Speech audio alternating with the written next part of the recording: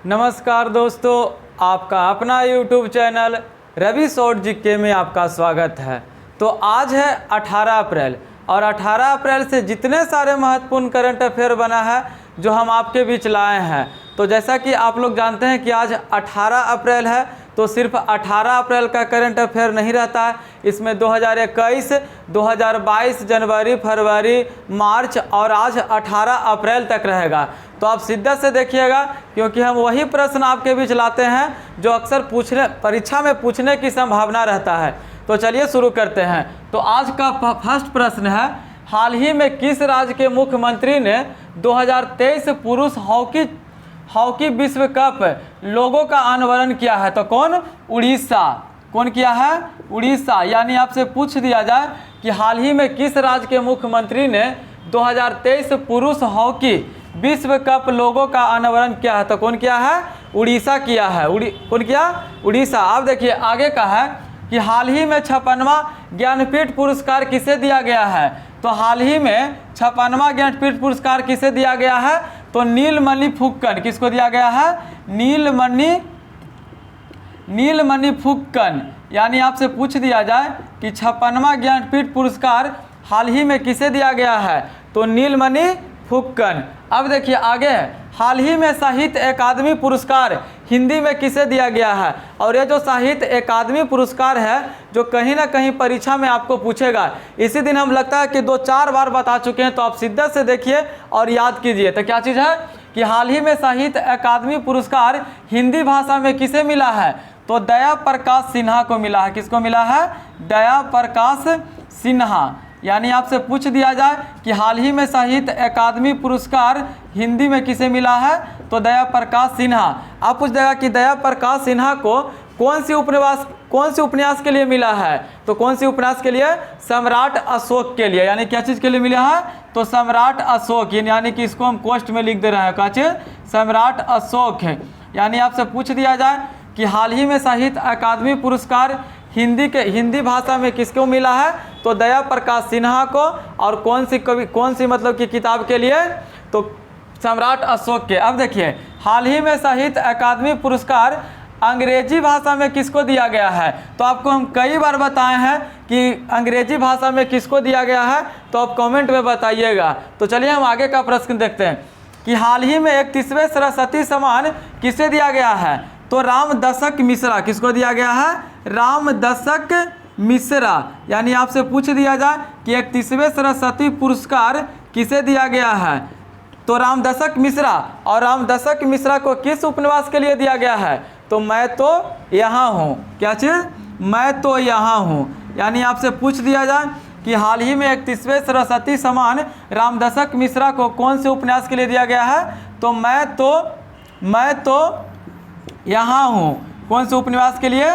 मैं तो यहाँ हूँ। अब देखिए आगे का है, बिहारी पुरस्कार 2021 31वें किसे दिया गया है? तो बिहारी पुरस्कार किसे दिया गया है? मधु काकरिया। किसको दिया गया है? मधु काकरिया। और कौन सी पुस्तक के लिए? तो मैं तो यहाँ था। क्या चीज़? मैं तो यहाँ थी। क्या चीज़? मैं तो यहाँ थी। यानी कौन से उपन्यास के लिए दिया गया है? मैं तो यहाँ थे। यानी आपसे पूछ दिया जाए कि हाल ही में 31वें सरस्वती सम्मान रामदशक मिश्रा को दिया गया है, मैं तो यहाँ हूँ। बिहारी पुरस्कार 2021 31वें किसे दिया गया है? तो मधु काकरिया मैं तो यहाँ थूँ उपन्यास के लिए। अब देखिए, हाल ही में कहाँ नरेंद्र मोदी ने हनुमान जी की 108 फीट की ऊंचा प्रतिमा का लोकार्पण किया है? तो कहाँ किए हैं? गुजरात में किए हैं। कहाँ किए हैं? गुजरात। यानी आपसे पूछ दिया जाए कि हाल ही में कहाँ नरेंद्र मोदी जी हनुमान जी के 108 फीट ऊंचा लोकार्पण किया है, मतलब मूर्ति किए हैं। तो कहाँ किए हैं? तो गुजरात में। अब देखिए, जैसे ही गुजरात का नाम याद आए तो गुजरात से आपको एक प्रश्न मन में आना चाहिए। क्या आना चाहिए? कि भारत में सबसे पहला स्टील रोड यानी कि स्टील का रोड कहाँ में बनाया गया है? तो गुजरात में बनाया गया है। अब देखिए, जैसे ही गुजरात का नाम आया तो आपको गुजरात से हो गया कि रोड बनाया गया है स्टील का। अब देखिए, national highway authority of India यानी कि रोड हो गया नेशनल हाईवे, उसका अध्यक्ष किसे बनाया गया है? तो अलका उपाध्याय। अब देखिए, जब अलका उपाध्याय का नाम आपका मन में याद हो गया तो अलका मित्तल का भी याद होना चाहिए क्या। ONGC की पहली महिला अध्यक्ष कौन बनी है, तो अलका मित्तल, यानी इतना आपको याद रखना है। अब देखिए आगे का प्रश्न है कि 1000 अंतर्राष्ट्रीय एक दिवसीय वनडे मैच खेलने वाला देश कौन बन गया है, तो ये अपना देश भारत बन गया है। कौन बन गया है, अपना देश भारत। यानी आपसे पूछ दिया जाए कि 1000 अंतर्राष्ट्रीय एक दिवसीय वनडे मैच खेलने वाला दुनिया का पहला देश कौन बन गया है, तो कौन बन गया है, भारत बन गया है। अब देखिए आगे है, भारत का पहला पैरा बैडमिंटन अकादमी कहाँ में खोला गया है, तो भारत का पहला पैरा बैडमिंटन अकादमी लखनऊ में खोला गया है। कहाँ में खोला गया है, लखनऊ में खोला गया है। अब देखिए जैसे ही लखनऊ का नाम याद आए तो एक बात हम कई बार आपको बताते हैं क्या, कि ब्रह्मोस विनिर्माण केंद्र कहाँ में बनाया जाएगा, कहाँ में बनाया गया है, तो लखनऊ में। अब देखिए जब ब्रह्मोस का बात आ गया तो आपको हम बताए हैं कि ब्रह्मोस मिसाइल का सबसे पहले निर्यात कौन से देश को करेगा, भारत देश। तो कौन से देश को करेगा, तो फिलीपींस को करेगा। यानी कि ब्रह्मोस विनिर्माण केंद्र कहाँ में है, तो लखनऊ में है। और ब्रह्मोस का सबसे पहले निर्यात भारत किस देश को करेगा, तो फिलीपींस को करेगा। यानी कि इतना बात आपको याद रखना। यानी कि देखिए हम आपके भी 2, 4, 5 ही प्रश्न है, 6, 7 है, लेकिन आपको देखने से ही पता चलता होगा कि हम आपके बीच कितना महत्वपूर्ण लाते हैं। ऐसा एक भी प्रश्न नहीं लाते हैं जो आपको देखने में बकवास लगे कि नहीं करंट अफेयर ही बेकार है। हम वही लाते हैं जो परीक्षा में पूछने की संभावना रहता है। तो देखिए 20 प्रश्न तो हम आपको यहाँ बता देते हैं, और 20 प्रश्न हर दिन रवि शॉर्ट जी के टेलीग्राम चैनल पर क्यूज होता है करंट अफेयर का, तो उसमें भी आप जरूर जुड़िए, क्योंकि 20 आप यहाँ कर दीजिएगा और 20 वहाँ करिएगा, तब 20 से 20 40 हो गया। अब देखिए क्या आपका एग्जाम आते आते आपका करंट अफेयर क्लियर हो जाएगा। तो अगर हमारे आप चैनल पर पहली बार हैं तो चैनल को सब्सक्राइब करना न भूलें और अपने दोस्तों के पास शेयर जरूर करें। तो चलिए आगे का प्रश्न देखते हैं। आगे का प्रश्न है कि भारत का पहला OEMC किसे घोषित किया गया है, तो अरावली जैव विविधता पार्क को। कौन सी पार्क को, अरावली जैव विविधता पार्क को। अब देखिए एशिया का सबसे बड़ा बायो CNG प्लांट कहाँ में खोला गया है, तो एशिया का सबसे बड़ा बायो CNG प्लांट कहाँ में खोला गया है, तो इंदौर में खोला गया है। कहाँ में खोला गया है, इंदौर में खोला गया है। अब देखिए इंदौर का नाम याद हो गया कि एशिया का सबसे बड़ा बायो CNG प्लांट कहाँ में खोला गया है, तो इंदौर में खोला गया है। अब देखिए आगे है कि 100% प्लास्टिक बेस्ड न्यूट्रल कंपनी कौन बन गई है, तो डाबर बन गया है। कौन बन गया है, डाबर। यानी आपसे पूछ दिया जाए कि 100% प्लास्टिक बेस्ड न्यूट्रल कंपनी कौन बन गया है, तो डाबर बन गया है। अब देखिए आगे का प्रश्न है कि हाल ही में किस देश के बीच 2+2 वार्ता का आयोजन किया गया है, तो कौन से देश के बीच किया गया है, तो अमेरिका के बीच किया गया है। यानी आपसे पूछ दिया जाए कि हाल ही में किस देश के बीच 2+2 वार्ता का आयोजन किया गया है, तो अमेरिका को। अब देखिए अमेरिका का जैसे ही मन में बात आए तो 1-2 बात आपको याद होना चाहिए क्या, यूनिकॉर्न कंपनियों के मामले में प्रथम स्थान पर कौन सा देश है, अमेरिका है। और आपसे पूछ दिया जाए कि यूनिकॉर्न कंपनियों के मामले में भारत के प्रथम राज्य कौन सा है, तो दिल्ली है। अगर आपसे पूछ दे कि यूनिकॉर्न कंपनियों के मामले में प्रथम मतलब कि स्पोर्ट कौन बना है, तो IPL का कौन, CSK यानी कि चेन्नई सुपर किंग। अब देखिए जब अमेरिका का नाम याद आया तो ये अमेरिका के बारे में एक हम बताए हैं कि अमेरिका की पहली अश्वेत महिला जज किसे बनाया गया है, तो केताजी ब्राउन जैक्सन। ये बात आपको याद रखना है कि अमेरिका की पहली अश्वेत महिला किसको बनाया गया है जज, तो केताजी ब्राउन जैक्सन। यानी इतना आपको अमेरिका के बारे में याद रखना है। अब देखिए विश्व शतरंज चैंपियनशिप मैग्नस कार्लसन को हराने वाला यानी कि दुनिया के सबसे नंबर 1 खिलाड़ी कौन है, मैग्नस कार्लसन। और जिसको हराने वाला सबसे कम उम्र के कौन बन गए हैं, तो रमेश बाबू प्रज्ञानंद। कौन बने हैं, रमेश बाबू प्रज्ञानंद। यानी आपको हम कई बार बता चुके हैं कि विश्व शतरंज में कार्ल मैग्नसन को हराने वाला पहला खिलाड़ी कौन बन गए हैं, तो रमेश बाबू प्रज्ञानंद। कौन बन गए, रमेश बाबू प्रज्ञानंद। यानी आपसे पूछ दिया जाए कि कौन विश्व शतरंज चैंपियनशिप में मैग्नस कार्लसन यानी कि विश्व के नंबर 1 खिलाड़ी शतरंज के हैं, जिसे हरा दिया कौन, रमेश बाबू प्रज्ञानंद। आई मात्र कितने साल के हैं, तो 12 साल के। अब देखिए जब रमेश बाबू प्रज्ञानंद का बात याद आ गया तो एक प्रश्न आपको याद होना चाहिए क्या, कि रमेश एम्स में जंग लड़ते हुए पुस्तक के लेखक कौन है, तो एम्स में जंग लड़ते हुए पुस्तक के लेखक रमेश पोखरिया हैं। कौन है? रमेश पोखरिया। यानी आपसे पूछ दिया जाए कि एम्स में जंग लड़ते हुए पुस्तक के लेखक कौन है? तो रमेश पोखरिया। कौन? रमेश पोखरिया। अब देखिए 2-3 किताब हम आपको बताए हैं। क्या? ई गवर्नेंस पुस्तक के लेखक कौन है? तो किरण बेदी। लाल सलाम पुस्तक के लेखक कौन है? तो स्मृति ईरानी। गांधी के हत्यारे द मेकिंग इन इंडिया पुस्तक के लेखक कौन है? तो धीरेन्द्र के झा। मॉडर्न इंडिया पुस्तक के लेखक कौन है? तो मॉडर्न इंडिया पुस्तक के लेखक कौन है? पूनम दलाल दहिया। यानी कि इतना बात आपको याद रखना। एक और पुस्तक बताए थे, क्या चीज़ कि एक कुछ पुस्तक था, क्या चीज़ को याद नहीं हमें आ रहा है, कि राष्ट्र करके था, जो कलराज मतलब कि वहाँ के राजस्थान के राज्यपाल कौन है अभी जो लिखे हैं, तो कौन है जो आपको बताना है। आगे देखिए, खेलो इंडिया यूनिवर्सिटी गेम्स के दूसरे संस्करण का आयोजन कहाँ में किया जा रहा है? तो कर्नाटक में किया जा रहा है। कहाँ में किया जा रहा है? कर्नाटक में। यानी आपसे पूछ दिया जाए कि खेलो इंडिया यूनिवर्सिटी गेम्स के दूसरे संस्करण का आयोजन कहाँ में किया जा रहा है?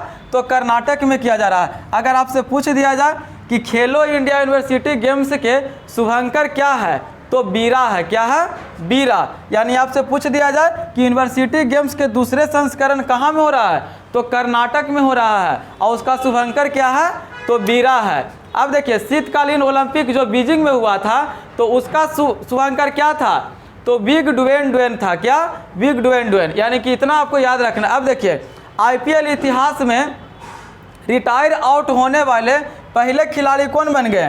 तो आईपीएल इतिहास में रिटायर आउट होने वाले खिलाड़ी बन गए रविंद्र चंद्र अश्विन, यानी कि आर अश्विन। कौन बन गए हैं? आर अश्विन। यानी आपसे पूछ दिया जाए कि आईपीएल इतिहास में रिटायर आउट होने वाले पहले खिलाड़ी कौन बन गए हैं? तो आर अश्विन बन गए, यानी रविंद्र चंद्र अश्विन बन गए हैं। अब देखिए आगे है, आईपीएल में सबसे ज़्यादा विकेट लेने वाले तो कुछ दिन पहले ही बन गए हैं। कौन? DJ Bravo. कौन बन गए हैं? डीजे ब्रावो, यानी कि ड्वेन ब्रावो। यानी आपसे पूछ दिया जाए कि सबसे ज़्यादा विकेट लेने वाले आईपीएल में कौन बन गए हैं?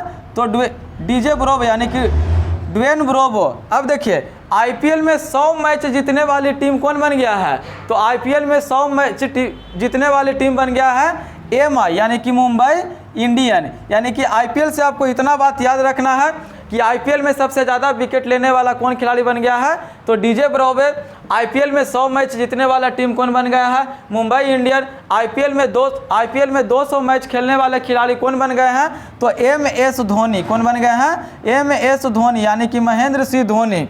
यानी देखिए, आईपीएल से आपको इतना बात याद रखना है कि आईपीएल में 200 मैच खेलने वाले खिलाड़ी कौन बन गए हैं? तो महेंद्र सिंह धोनी। अब देखिए आगे का प्रश्न है कि हाल ही में 71वीं सीनियर राष्ट्रीय बास्केटबॉल चैंपियनशिप का विजेता कौन है? तो तमिलनाडु राज्य है। कौन है? तमिलनाडु है। यानी ऐसे आपसे पूछ दिया जाए कि हाल ही में 71वीं सीनियर राष्ट्रीय बास्केटबॉल चैंपियनशिप के विजेता टीम कौन है? तो तमिलनाडु है। अब देखिए, जब विजेता टीम का नाम याद आ गया तो हम आपको बताए थे क्या कि विजय हजारे ट्रॉफी के विजेता टीम कौन है? तो हिमाचल प्रदेश। सैयद मुश्ताक अली ट्रॉफी के विजेता टीम कौन है? तो तमिलनाडु है। और एक क्या हो गया, हाल ही में 71वीं सीनियर राष्ट्रीय बास्केटबॉल चैंपियनशिप के विजेता कौन है? तो तमिलनाडु है। अब देखिए, दुनिया का सबसे नया गणराज्य देश कौन बन गया है? तो बारबाडोस बन गया है। कौन बन गया है? बारबाडोस। और बारबाडोस के नए प्रधानमंत्री के नाम हम बताए थे, क्या? मियां मोटली। क्या? मियां मोटली। यानी आपसे पूछ दिया जाए कि दुनिया का सबसे नया गणराज्य देश कौन बन गया है? तो बारबाडोस। कौन बन गया? बारबाडोस से। यानी आपसे पूछ दिया जाए कि दुनिया के सबसे नया गणराज्य देश बारबाडोस। बारबाडोस के नए पीएम कौन है? तो मियां मोटली। कौन है? मियां मोटली। यानी आपसे पूछ दिया जाए कि नया गणराज्य देश कौन बन गया है?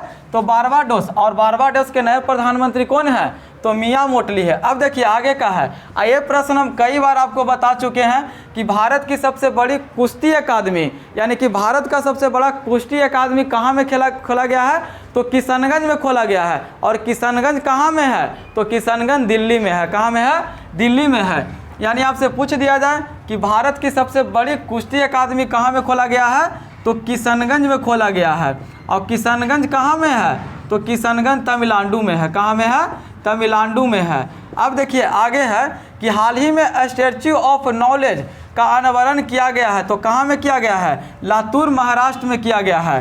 कहाँ में किया गया? लातूर महाराष्ट्र। अब देखिए, अब जो आगे का प्रश्न है जो परीक्षा के लिए अति महत्वपूर्ण है, अगर आपका परीक्षा एनटीपीसी का है, ग्रुप डी का है, बीपीएससी मेंस का है, तो कहीं ना कहीं यह प्रश्न पूछने वाला है। तो देखिएगा आप, सर्वश्रेष्ठ 94 ऑस्कर अवार्ड 2022 में सर्वश्रेष्ठ फिल्म कौन सी फिल्म को दिया गया है?